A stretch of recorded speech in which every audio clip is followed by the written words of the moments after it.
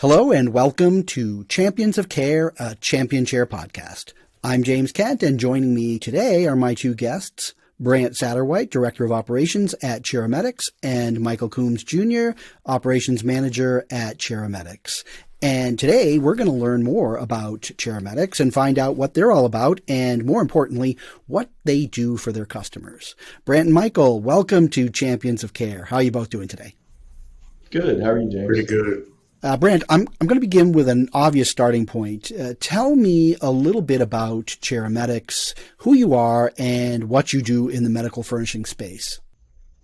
Well, ChairMedics actually began about 22 years ago, providing services primarily to dialysis centers on their medical recliners. We have since grown into other acute care environments, including infusion centers, hospitals, surgery centers, anywhere that has a medical recliner, with our base customers still being in the dialysis space. And now we've expanded beyond the Baltimore and DC area to include a footprint that stretches from Miami to Maine and into the Midwest and into Texas.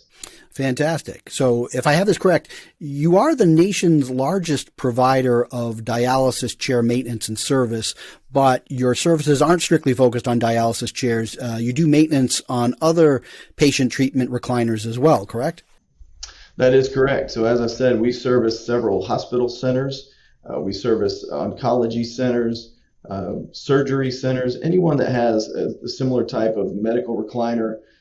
We can service those, and we service all of the major brands and models. So we can service anyone that has a medical recliner in their facility, and we are the largest provider of those services in the United States, servicing now over 1,700 customers nationwide. Wow.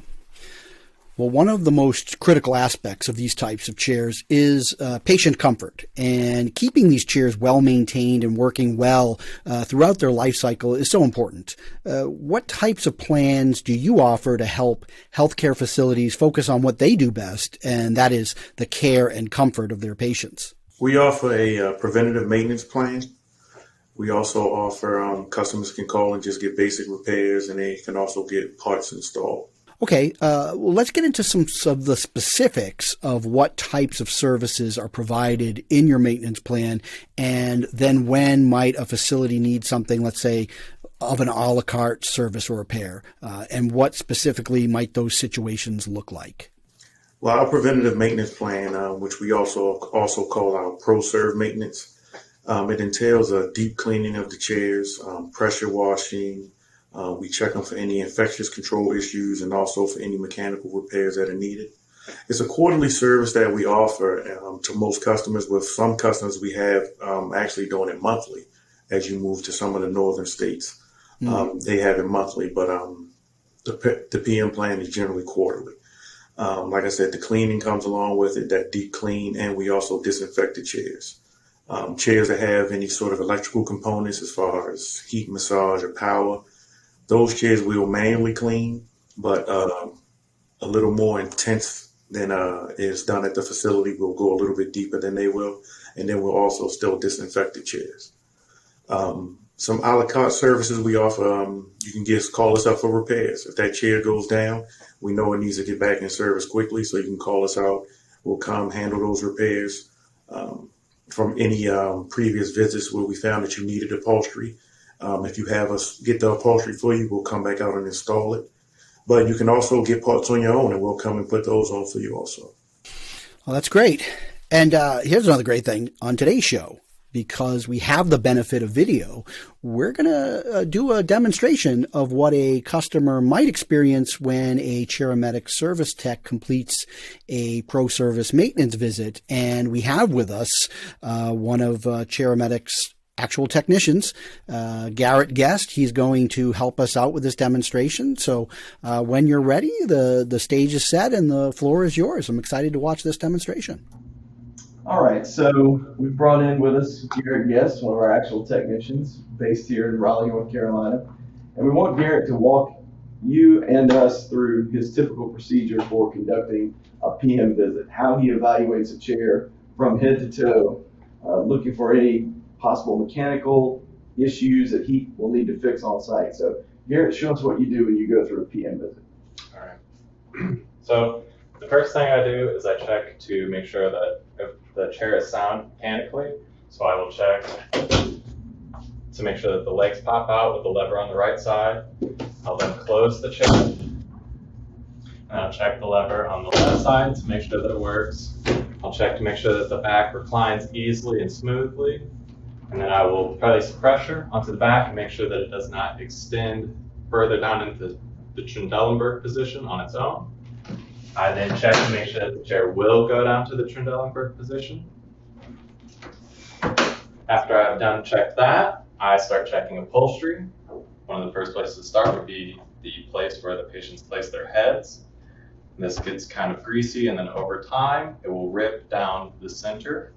I will check the top and the back of the arm. The top mostly for punctures and just rips from wear and tear. The back of the armrest will get checked for if the chair gets pushed up against a wall or anything like that. The frame of the arm will actually puncture outside of the upholstery. I then move down to the seat. The seat just gets normal wear and tear from people sitting in it over time. You'll get it basically just in the dead center of the seat. Then I move down to the leg rest. The leg rest will find sometimes holes on the sides, and then some normal wear and tear on the front surface. Finally, down to the footrest. The footrest generally gets its issues on the edges, the corners. Sometimes nurses will push carts around, things of that nature, and it'll just scuff it up over time. That's generally what you find with upholstery issues. There's some caveats to that, but that's mostly it. Next, I move down to the tables, and I check the tables to make sure that they're firm, they're not loose. If I bump it, it doesn't fall, anything of that nature. And then I check the casters to make sure that the brakes work and lock effectively. And on other Champion chairs, these arms swing out. On this chair, it does not. But if the arms swing out, I make sure that they swing out with ease. And then when you close them, they close with ease as well. And if they don't, I will either lubricate or replace parts on it. And typically your van has a pretty wide assortment of our most common parts that we see on most models and brands of chairs. So you're able to repair those on the spot in most cases. Generally, every mechanical failure on this type of chair can be replaced on any sort of visit, on a PM or anything. So we were talking yesterday about some common failure points and some things that you see. Maybe we could give some pointers to the staff to kind of prevent some of the common problems that we find with especially mechanisms and mech locks, which are pretty expensive pieces to have to repair. So talk about proper closing of the chair and how that affects the mechanism in some ways. Okay. So generally to close a Champion chair, you're supposed to close it from behind by pulling up on the bar in the back. However, most chairs are up against walls, and so it can be hard to get behind the chair and do that. So generally what happens with nurses is the patient is leaned back. They have to push on the seat to get the back to come all the way up. Once the back is all the way up and the seat is all the way back, then you can push down on the foot and you try to push it down straight and evenly back and try to not wobble it to the side, because if you wobble it to the side where the back isn't up and the seat isn't back, then you'll slowly over time bend the foot of the mechanism. The other issue that we see with the mech locks is patients will sometimes ask to have the chair lowered further back than it's supposed to go. And they'll have it just a hair past where it's supposed to be. And when the nurses come by to try to close the chair does not want to close. However, it can be forced to close, and when forcing it to close, you end up breaking the mech locks on the chair, which is generally the biggest repair that we see.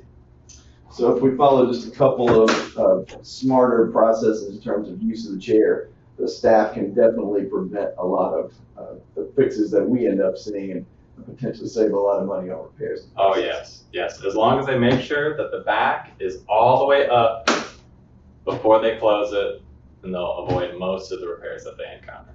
Awesome. Thanks, Garrett. No problem. Thanks again, Garrett. That was great. Now, as we begin to wrap up today's conversation, what else should we cover about ChairMedics that we haven't reviewed yet? I'd like to grab some final thoughts from each of you, Brant and Michael. Just final thoughts. I believe anytime you can save money and extend, the life of anything, I believe it's worth it. The dialysis industry is a very important industry. I didn't realize how much until I began working here. So we all here take a lot of pride in the fact that we can offer a service for someone else that we will never see or meet, that'll add on to their comfort and, just the quality of, the service they're getting in a trying time. So I do want to add that. We're very proud, as Michael said, to be the nation's top provider of these types of services. They are critical services to our customers. They do enhance the lives of the patients, the experience that they have during a difficult period in their lives, and they hopefully take the burden of worrying about chair maintenance off of the clinic staff and allows them to focus on the patient's needs and care for the patient, which is really their specialty. So if we can do that for them and lighten the load by being experts in chair maintenance and taking that burden away from them, then we're happy to do that. And we're also extremely glad to be aligned with both Champion and Winco, the two major manufacturers and brands of dialysis chairs in the market. We are the official service provider for both of those brands, which represent probably 85% of particularly the dialysis market. So we're proud of where we are, and we are excited to continue growing and servicing new customers all over the country. Oh, that's tremendous. Well, this has been a great conversation I've had today with Brant Satterwhite, Director of Operation for ChairMedics, and Michael Coombs Jr., Operations Manager for ChairMedics. Brant and Michael, if folks watching us today want to learn more about the services you offer and want to get in touch, what's the best way for them to do so? We would invite them to go to ChairMedics.com, all one word, and visit us there and find out more about us. There are links to us and ways to email us there easily, or you can feel free to call us anytime at 919-228-4478, and a live voice will pick up, and we'll be glad to share any details you'd like, and we can set up a work order in minutes and hopefully send a technician very quickly to address any emergency needs that a customer might have. Again, my thanks to Brant and Michael, and of course, our special demonstration guest, Garrett Guest, for coming on the show today. I appreciate your time. Thank you, James. And thank you for watching this episode of Champions of Care.